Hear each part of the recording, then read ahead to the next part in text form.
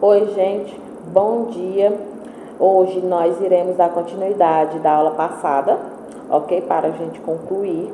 Mas antes, eu irei dar para vocês umas dicas de estudo. Procure um lugar calmo, silencioso. Tenha sempre seu estojo contendo lápis, borracha e caneta.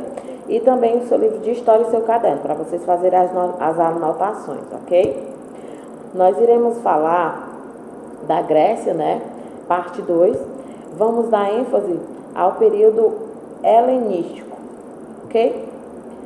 Esse período refere-se à época da história da Grécia Antiga, entre os séculos 3 e 2 a.C., em que Alexandre Magno ele expandiu o império e conquistou parte da África e Egito.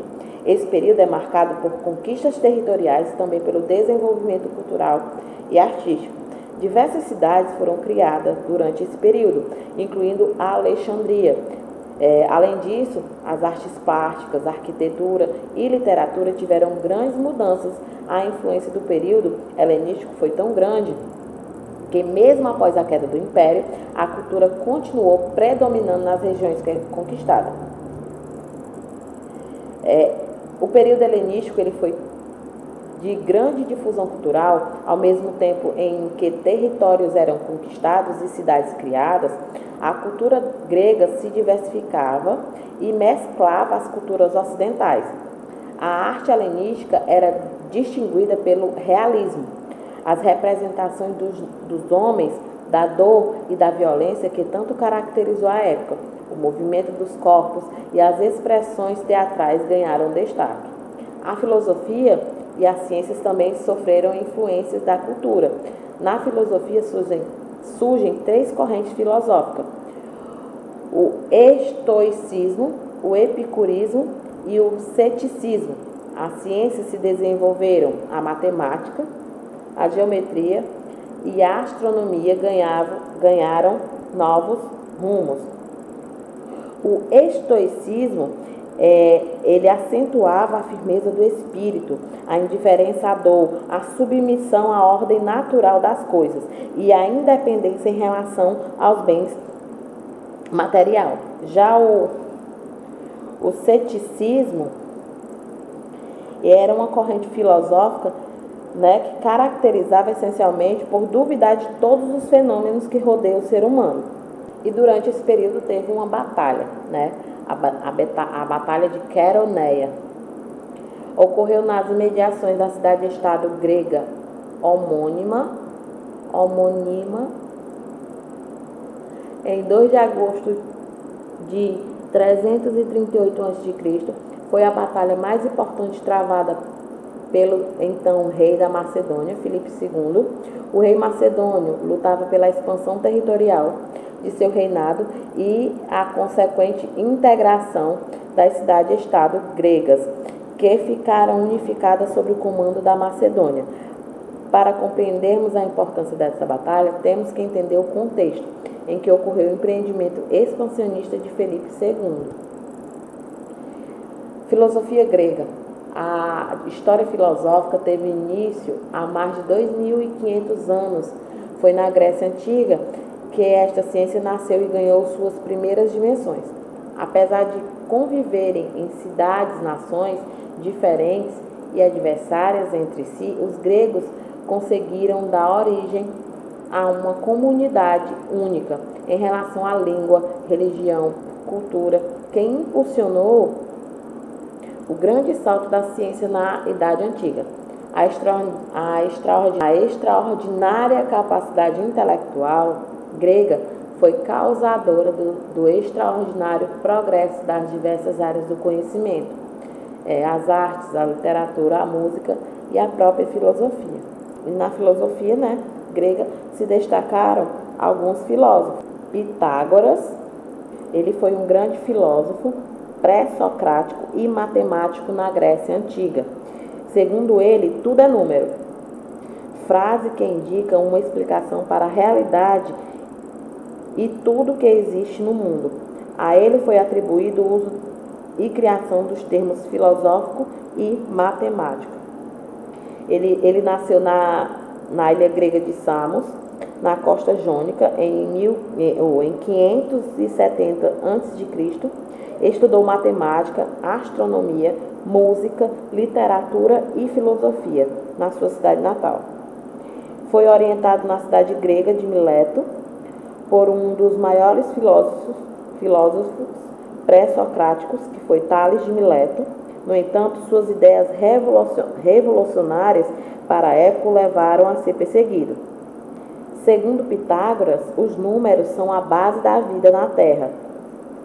A partir dessa premissa surge o pitagorismo, ou escola pitagórica, sendo os pitagóricos seus seguidores, dos quais se destacaram Filolau, Alquimeão e Melissa. Na escola ele ministrou as aulas na área de matemática, aritmética e geometria, astronomia, filosofia, política, religião e moral. Heráclito, conhecido como o Obscuro, foi um pensador e filósofo pré-socrático, considerado o pai da dialética. Nasceu na cidade de Éfeso, por volta de 1540 a.C., antiga colônia grega, região da Jônia, na Ásia Menor, atual Turquia. Filho de nobres, pertencia à família real da cidade. Ele tinha personalidade forte. Heráclito não apreciava a vida pública e se afastou de temas como arte e religião. Heráclito acreditava no princípio único, abalizado na filosofia unitarista, cujo princípio estava fundamentado na unidade elementar, e no caso de Heráclito, o elemento fogo, segundo ele. Uma das frases dele é: tudo provém do um, e o um provém do todo. Demócrito. Ele era um filósofo materialista, assim como seu mestre Leucipo. Seguiu o caminho da filosofia racionalista científica e é reconhecido como filósofo grego que mais contribuiu para o desenvolvimento da posição atomista.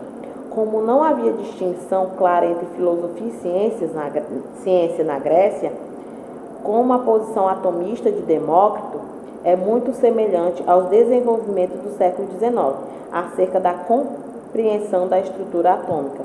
Demócrito é mais reconhecido como cientista do que filósofo.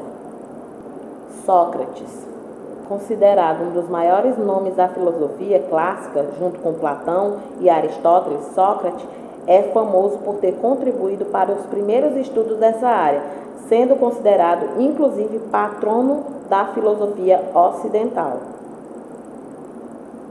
Platão foi um dos mais importantes pensadores do período antropológico da filosofia grega.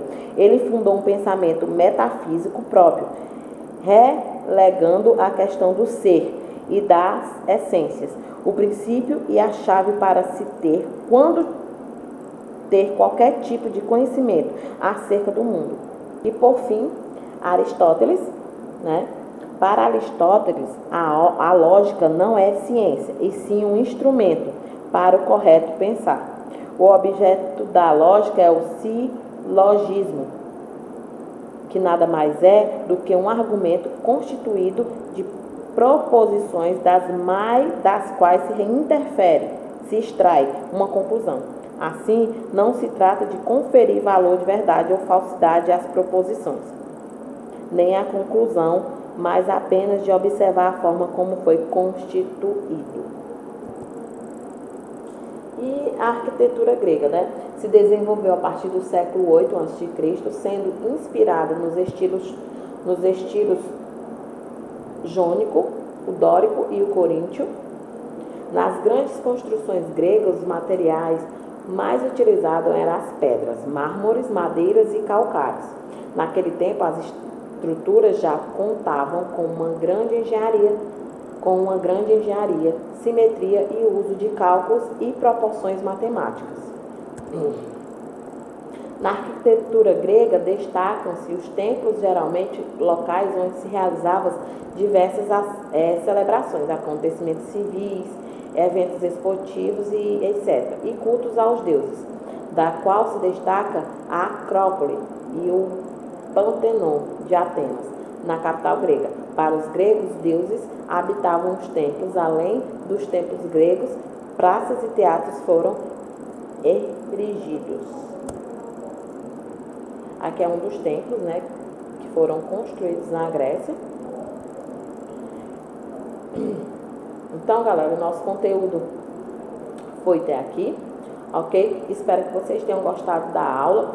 Mas se vocês tiverem alguma dúvida e quiserem acessar o nosso site www.escolapequenospassos.com.br, lá vocês terão todo acesso ao conteúdo, tanto de hoje como os passados. Então vocês podem rever nossas aulas quantas vezes vocês quiserem. Também não deixe de acessar a nossa agenda eletrônica, onde lá todos os dias é postada a atividade diária de vocês. Então, galera, tenham um bom dia de estudos e até a próxima aula.